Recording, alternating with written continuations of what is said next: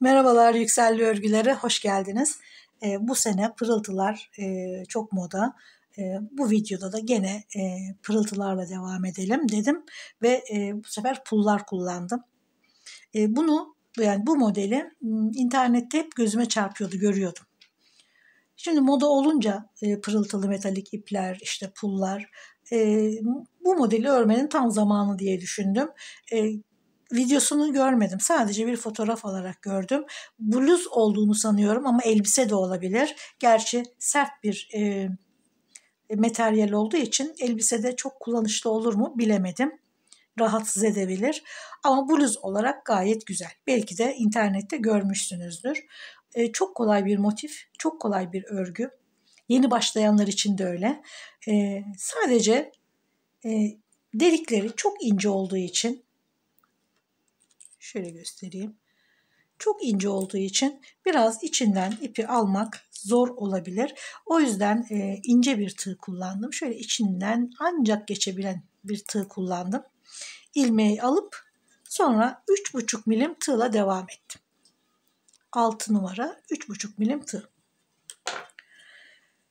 Daha ince ip kullanırsanız benim bu kullandığım ip Alize Diva. Turuncu renk.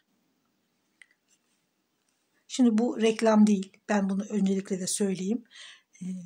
İnanın bu reklam olaylarında pek çok şey değişti. Şöyle renk numarası 234. Elimde şöyle ipler var benim. Hani başka projelerden kalan çok ip var ama ve de çok ince. Yani şu ince tığla hiç tığ değiştirmeden örebilirim. Fakat elimdeki yetmez diye düşündüm. Ama bu tarz, bu renk ya da farklı renklerde çok ip var. Duruşu da çok bir süet gibi, hafif de parlak. Böyle ipleri bulursanız bu tarz örgülerde çok güzel oluyor. Elimdeki yetmez diye zaten ben bunu kullanmadım. Bir de böyle bir ip kullanabilirsiniz. Bunları ip satan yerlerde çok görmüşsünüzdür. Siyahı var, bu beji var, bilmiyorum farklı renkleri var mı? Tül perde yapıyorlar bunlarla. Elbise örüyorlar. Ben bundan bir bluz örmüştüm. Çok güzel olmuştu. Ve çok ince ve çok yumuşak bir ip. Bu da aynı şekilde hiç tığ değiştirmeden deliklerden gayet kolay geçebiliyor. Böyle iplerle de örebilirsiniz. Ben dediğim gibi diğer alizenin ipini tercih ettim. Rengi daha iyi gösterdiği için. Ve 70 motif kullandım. 70 tane de pul kullandım tabii ki. Bu 35-40 gram kadar yapıyor pul. Çok da pahalı bir şey değil. 15-20 lira ancak tutar. 35-40 gramı. Ben bir hayli almışım. Belki çantalarda falan da kullanabilirim ileride. Şimdi 70 tane motif kullandım. Bu tabii ki sizin bedeninize göre ya da ölçüye göre artar, eksilir. O hiç fark etmez. Çocuk için de yapabilirsiniz. 5 sıra ördüm. 1, 2, 3, 4, 5, 6, 7 sıra var. Tabii bir de arkası var. 14. 14 tane motifi birleştirdim ve 5 sıra. Yani toplam bu omuzlarda, askılarda da 6, 6, 12 toplam 70 tane. Siz belki daha uzun yapabilirsiniz. Belki de tam göğüs altında da bırakabilirsiniz. Daha kısa yapabilirsiniz. Zevkinize bağlı. Hemen başlayalım.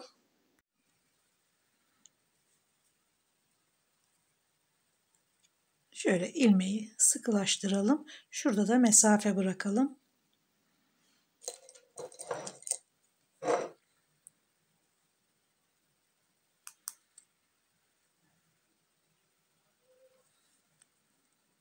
Şöyle içeri alalım ilmeği.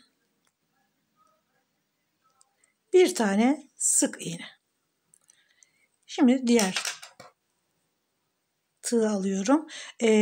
Aslında gene aynı tığla devam edebilirsiniz. Ama şurada çekeceğimiz zincirlerin biraz daha kalın olmasını istediğim için tığ değiştiriyorum. 1, 2, 3, 4, 5 zincir. Kalın tığ değil de gene aynı tığla devam etmek isterseniz 7 zincir falan çekmeniz gerekiyor. 5 tane az kalır. Şimdi diğer delikten ilmeği alalım. Şöyle bütünleyelim. Belki iplik bölünür alırken.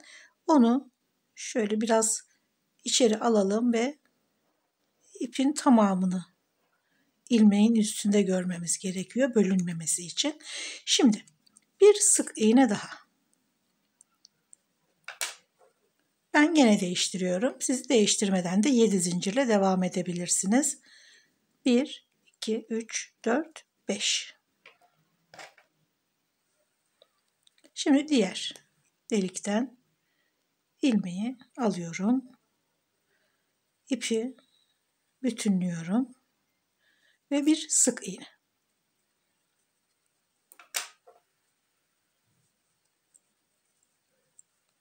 Beş zincir. Şimdi diğer tarafa geliyorum. Yani son deliğe. Gene şöyle tam alıyorum ipi. Bir sık iğne. Şimdi 5 zincir çekerek geldik. Burada ipin şurada, bunların her biri köşe. Şurada da göstereyim. Bakın şuraları ördük. Bunlar 5 zincir, 5 zincir, 5 zincir. Fakat ipin şöyle ortada kalması gerekiyor ki motiflerin ek yerleri hiç gözükmesin. Buna dikkat edersek motiflerimiz daha güzel olur.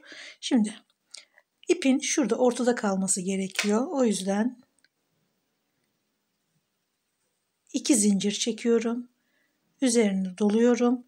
İlk ördüğüm şuradaki sık iğnenin içine batarak bir tane yarım trabzan örüyorum. Yani bütün ipi birden topluyorum. Şimdi artık motife başlıyoruz. Burada 3 tane üçlü motif, bir tane dörtlü motif var. Arada da 3 tane zincir var. 3 tane üçlü motif, bir tane dörtlü motif. Yani 3 kere de çıktığımız trabzan var. 4 kere de çıktığımız trabzan. Arada 3 zincir, tekrar 4 kere de çıktığımız trabzan ve 3 kere de çıktığımız 3 tane trabzan. Şimdi örerek görelim. Ortadan başladığımız için köşeye önce ortadaki 2 uzun trabzandan birini örüyoruz. 1, 2, 3, 4, 5. Şimdi 5 tane zinciri ördüm. Bu ilk uzun trabzan. 2 kere doluyorum. 3 tane üçlü trabzan örüyorum. İpleri 2 2 alıyoruz. 1, 2, 3. Tekrar 2 kere doluyorum. Gene aynı boşluğun içine. 1, 2 ve 3. Bir tane daha. 1, 2, 3. Şimdi köşenin yarısını ördük. Şöyle yarısını ördük. 4 tane trabzan. Biri dörtlü, 3 tanesi de üçlü.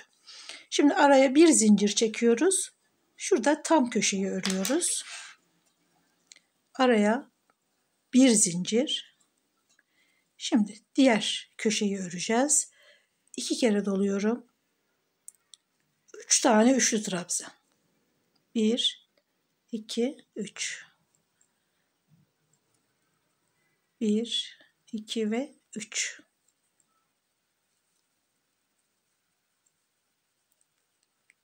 Şimdi uzun trabzan yapacağız. 3 kere doluyorum. 4 kere de çıkıyoruz. 1, 2, 3 ve 4. Araya 3 tane zincir köşe. Gene 3 kere doluyorum. Bir tane daha dörtlü trabzan. 2, 3, 4. Şimdi 2 kere doluyorum. 3 tane üçlü. 1, 2, 3.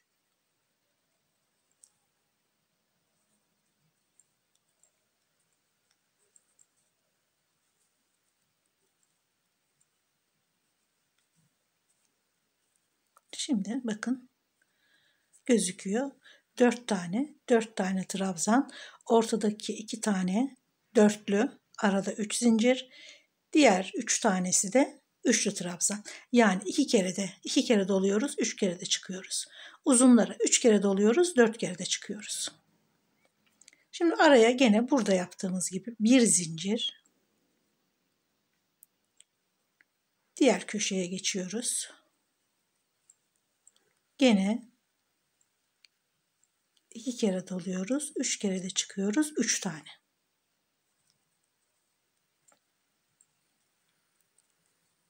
Şimdi 3 kere doluyorum, 4 kere de çıkıyorum. Araya 3 zincir. Bir tane daha. 4. Şimdi 2 kere doluyorum. 3 tane üçlü trabzan.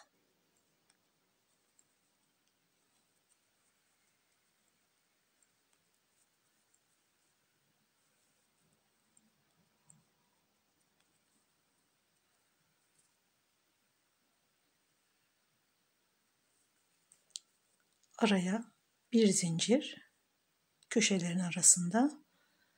Şimdi gene 3 tane üçlü trabzan.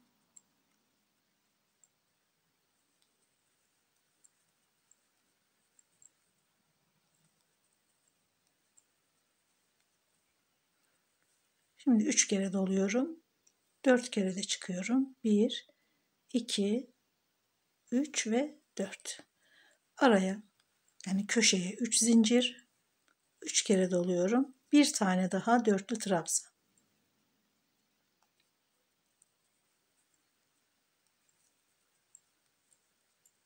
Köşeyi tamamlıyorum. Bir tane daha.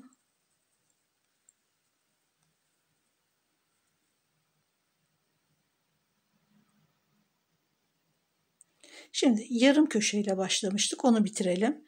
Bir zincir.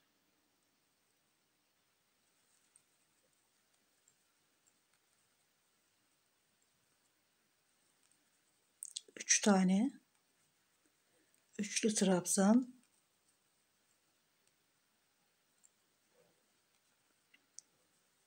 Burada 3 tane üçlü trabzan, bir tane uzun trabzan. Zaten uzun trabzanla başlamıştık.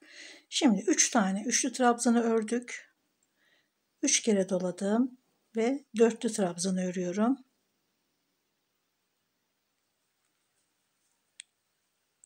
Köşeye 3 zinciri çekip şuradaki 5 zincirin 5.'sine trabzanlara geçmeden şu en son zincire ilmek kaydırarak sırayı bağlıyoruz. Motifin tamamı bu kadar. Gayet basit bir sıra. Önce yuvalarını yapıyoruz zincir çekerek. İsterseniz kalın tığa geçebilirsiniz. İsterseniz ince tığla devam edebilirsiniz. Kalın tığla örerseniz 5 zincir, ince tığla devam ederseniz 7 zincir çekip devam edeceksiniz. Zaten tamamı bu kadar. Şimdi burada ince tığla artık işimiz kalmadı. Bir tek 70. motif var burada. Onu yerine ekleyeceğiz. Şimdi bunu gördük. Motif nasıl başlıyor? Nasıl tamamlanıyor? Bunu söküyorum. Yarım örmüştük. Yarım köşe. Şuradaki köşeye kadar söküyorum. Şimdi ekleme yapacağız. Köşede 3 zincirimiz vardı. 2 tane zincir çekiyorum. Şurada gördüğümüz köşenin ortadaki zincirine boşluğa batarak da yapabilirsiniz ama zincire batınca daha güzel oluyor. İlmeği alıyorum. 2 zincir çekmiştim. Bir tane daha çekip 3'e tamamlıyorum. 3 kere doladım ve 4 trabzanı örüyorum. Şimdi 3 tane üçlü trabzan yaparak köşeyi tamamlıyorum.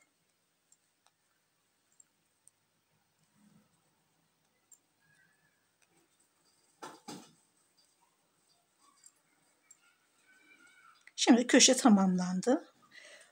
Aradaki bir zincir çektiğimiz köşelerin aralarındaki o bir zincirlik boşluklara geldim. Buradaki bir zinciri nasıl alıyoruz? Şöyle göstereyim. Boşluğa da batabiliriz. Ama ilmeğin şöyle ortasından da batabiliriz. Fakat güzel durmuyor o şekilde. Denedim, hoş durmuyordu. O yüzden şurada gördüğümüz örgüyü, şu saç örgüsü gibi gözüken örgünün üstündeki 2 tane ipi alarak eklersek örgü daha güzel duruyor.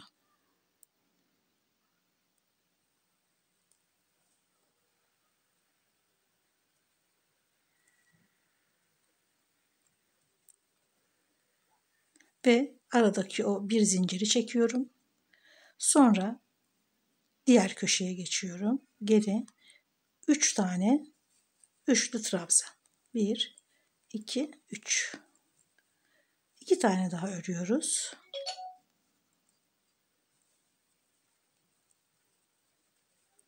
Üç taneyi ördük. Şimdi uzun trabzan. 3 kere doluyorum. 1, 2, 3 ve 4.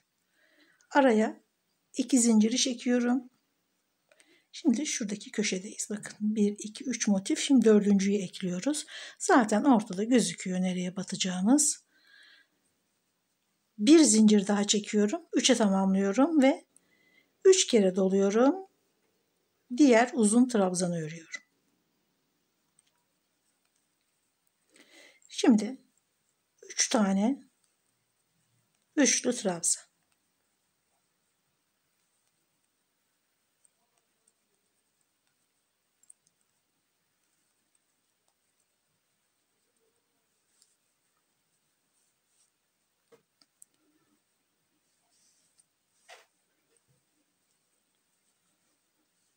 Köşeyi ekledik. Ortadan ekledik. Köşeyi ekledik. Şimdi gene ortadaki şu köşelerin arasındaki boşluktayız.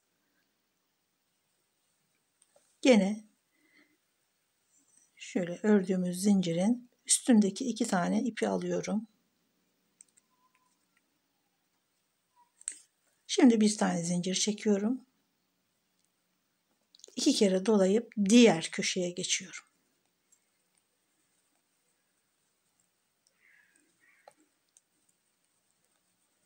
Üç tane üçlü trabzan. Şimdi uzun trabzanı örüyoruz. 2 zincir köşedeyiz. 1, 2 ve şimdi 3. köşe gene zaten gözüküyor. Bakın hemen nereye batacağımızı görüyoruz. Bir zincirle 3 tane zinciri tamamlıyoruz. Gene diğer uzun trabzanı örerek köşeye devam ediyoruz. Şimdi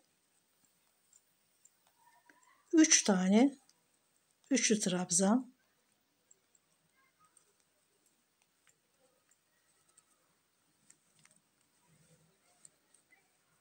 birinci kenar, ikinci kenar. Şimdi bu kenarı ekleyerek devam ediyoruz.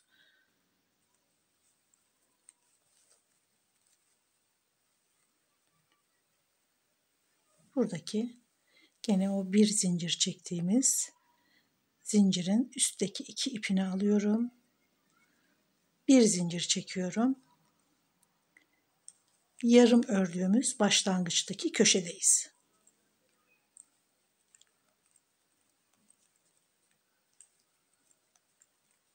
Üç tane üçlü trabzanı ördüm. Şimdi bir tane dörtlü trabzan, 2 zincir ve son köşeye geldik. Ortadaki zincire batıyoruz.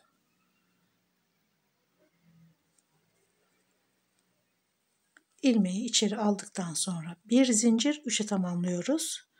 Şimdi artık burada örecek başka trabzan yok, zincir de yok. 3'e tamamladık köşeyi.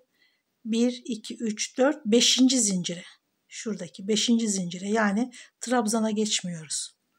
Zincir, son zincire batarak ilmek kaydırıyoruz ve sıkılaştırıyoruz.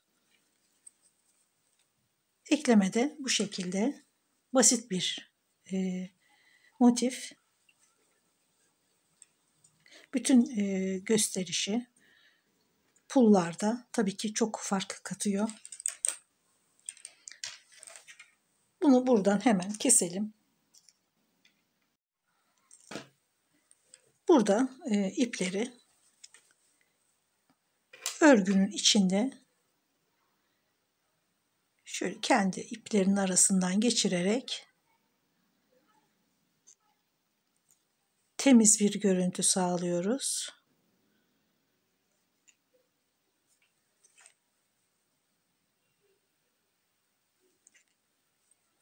Fazlasını da kesip atabilirsiniz. Ya da görünmeyen ucuna kadar alabilirsiniz. Bu şekilde temizliyoruz. Şöyle koltuk altı, kolun şöyle çevresine ufak bir örgü ördüm. Toparlamak için ve motif aralarına da küçük tomurcuklar yaptım. Çok basit bir kenar örgüsü. Buraya da aynı şekilde köşeye de şöyle çok keskin bir dönüş olmaması için şurayı da hafif bir yuvarladım. Aynı örgüyü tabii ki yaka çevresine ve yine aynı askı çevresine örerek devam ediyoruz. Herhangi bir yerden şöyle ipi takalım.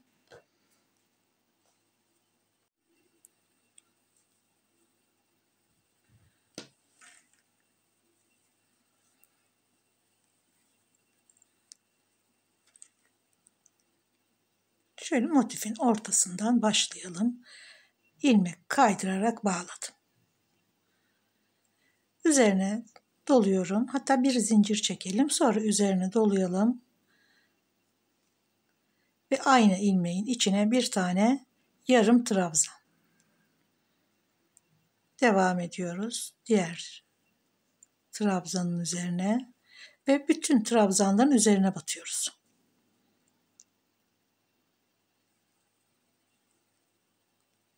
Bir kere doluyoruz ve hepsini birden çıkarıyoruz. Bu yarım trabzan oluyor. Şurada bir tomurcuk yapacağız. Devam ediyorum. Şimdi bu 3 zincir çektiğim boşluktayım. Şimdi şuradaki ekleme yerine geldim. Gene ya da boşluğa da batabiliriz. O da olur. Bunun üzerine 3 zincir ve şöyle bir tomurcuk ilmek kaydırarak trabzanların birleştiği yerlere. Gene devam ediyorum. Köşeye yani 3 zincir çekmiştik. Sonra ilk trabzana aynen trabzanların üzerine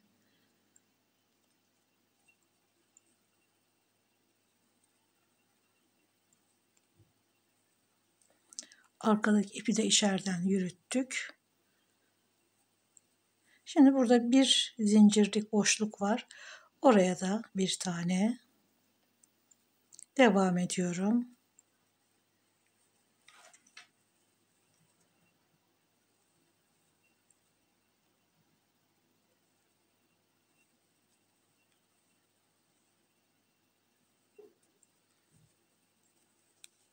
Şimdi köşeye geldik. Birleşme yerine yine boşluğa batalım.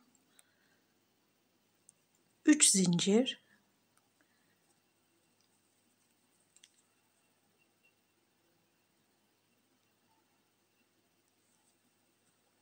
bir tane tomurcuk. Köşeye, boşluğa ve bütün trabzanlara.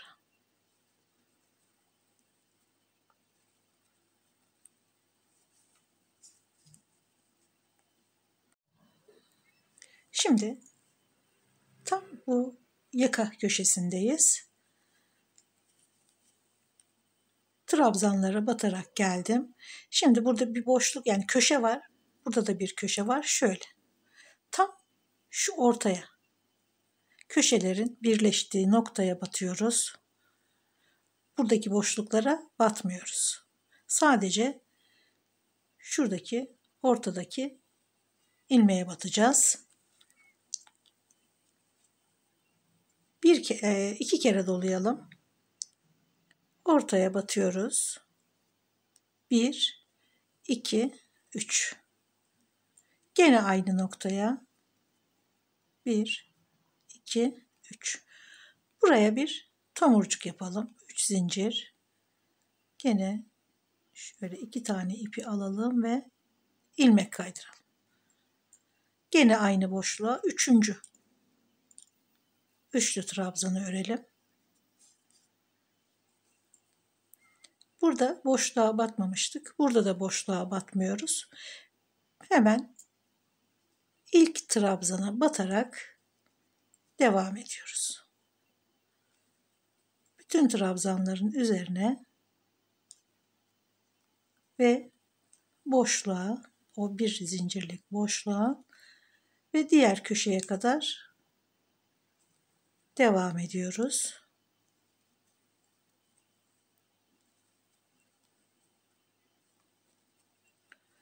Şimdi boşluğa batıyoruz. Ek yerine geldik. Ek yerine de şöyle içinden de batalım boşluğa ve tomurcuk yapıyoruz.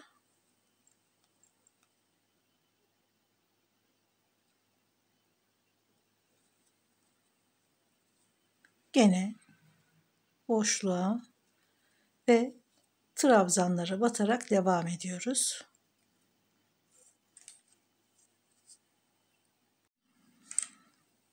Şurada başladık.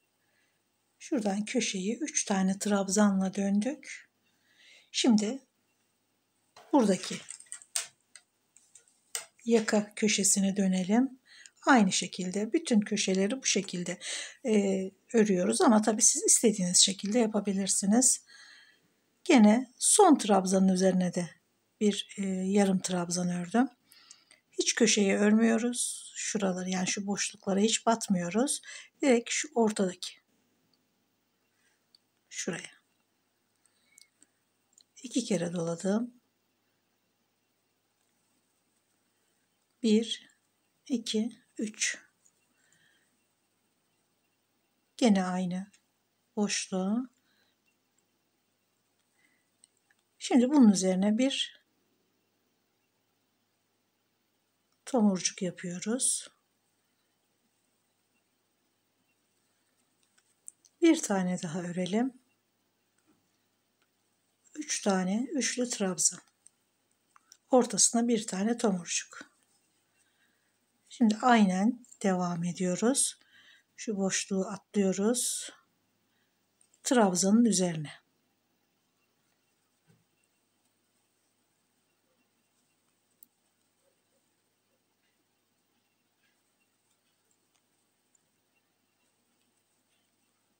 Aynen şimdiye kadar ördüğümüz gibi tamamlıyoruz.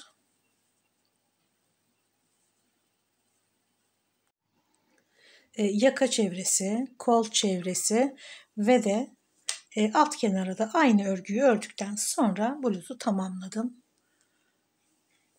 Şimdiye kadar 100 gramlık yumaklardan bir tane ve ikinci yumaktan da 20 gram kadar kullandım. Tabii bu beden büyüdükçe daha fazla kullanabilirsiniz. Ya da eksik örerseniz 4 sıra yaparsanız aynı ölçülerde bir tane yumaktan artıyor bile. Zevkinize göre davranacaksınız tabii ki ya da bedeninize göre. Umarım beğenmişsinizdir. Ben çok farklı, çok güzel bir bluz olduğuna inanıyorum. Umarım benim kadar beğenmişsinizdir. Videolarımı beğeniyorsanız, bundan sonrakileri de izlemek isterseniz beğenmeyi ve abone olmayı lütfen unutmayın. Görüşmek üzere, sağlıkla kalın.